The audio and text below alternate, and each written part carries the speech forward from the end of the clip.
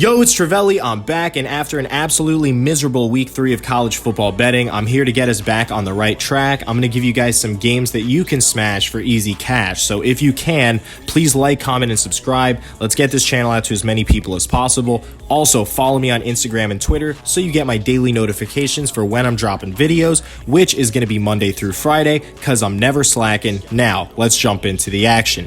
I'm living life like this.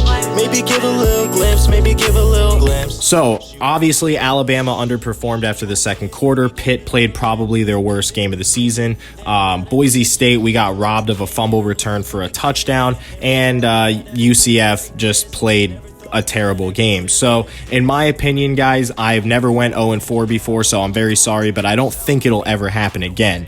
So that's why I'm here to hopefully get us back on track. We were 9-3, we're 9-7 now, but we're gonna get back on track here with our first game of the week, Boston College +2 versus Mizzou at home. So we have Boston College as home dogs. These teams are scoring virtually the same points per game. Mizzou lost to their only true test of the season versus Kentucky, and I think the pros for our bet is that pretty much any win here is a win. 1 point, you're good to go.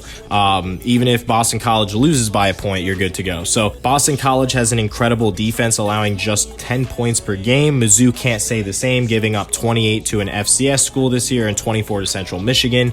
I think the cons for this bet is that it's a classic trap game. I mean, you have a home dog that's favored to win by ESPN 79%, but is getting 2 points at home because theoretically speaking, Mizzou should have slightly better recruiting and athletic potential on the field.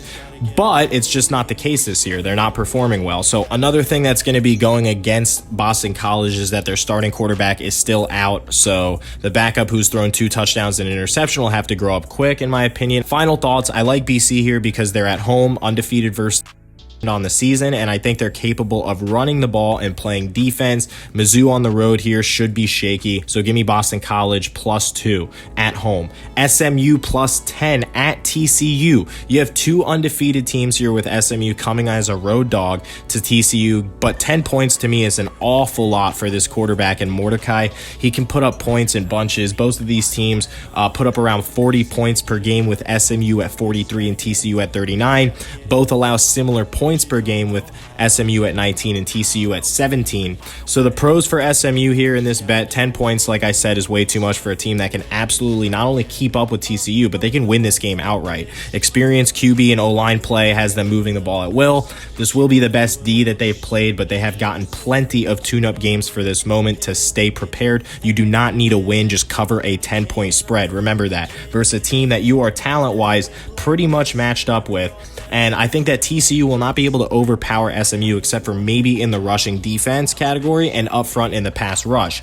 So the cons for SMU, it's a tough environment, sold out Big 12 crowd. TCU moves the ball quickly and efficiently with both the pass and rush. They're very balanced. I think defensively they're sound. They've not given up big points except for in a win versus Cal. They gave up 32.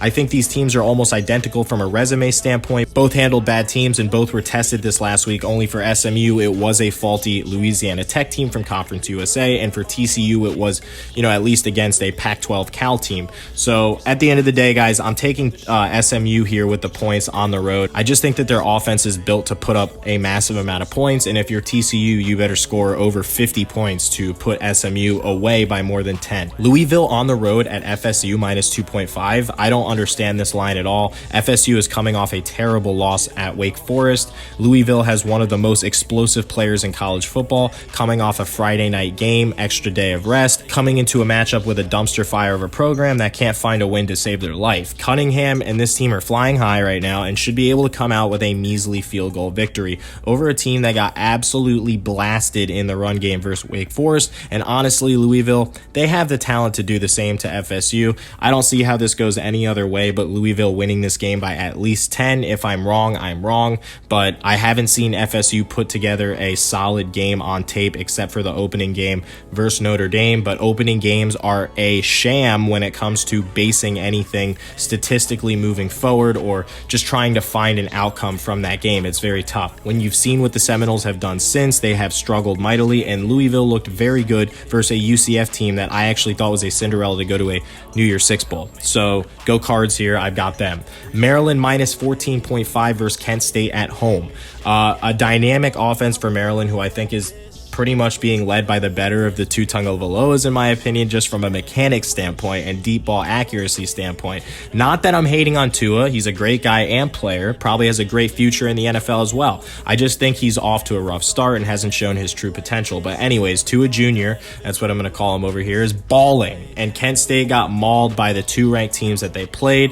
Maryland is an undefeated Big Ten team and most likely will be ranked next week after scoring 50 in this game. If they can hold Kent State to their usual 25 points per game, they score around 41 minimum in this game, and you are Gucci. Plus, in games versus non-FCS schools, so anyone that doesn't suck, Kent State is averaging 8.5 points per game. Okay, I think this is a pretty solid bet here. You take Maryland minus 14.5, and if you've got some extra cash laying around and you really want to make this a surefire bet, buy the extra point so that if they win by 2 touchdowns, you don't get screwed. I love this line. Let's go Terps. Okay, so those are my 4 spreads here. Let's get back on the right track, guys. I know you guys came at me hard in the comments. I know how that is. Okay, you go 9-3, you get no praise, but you go 9-7, and now everybody hates you. Boston College, SMU, Louisville, and Maryland. Let's get back on the right track. I hope you guys smash for easy cash. Have a great day, and peace. I'm living life like this.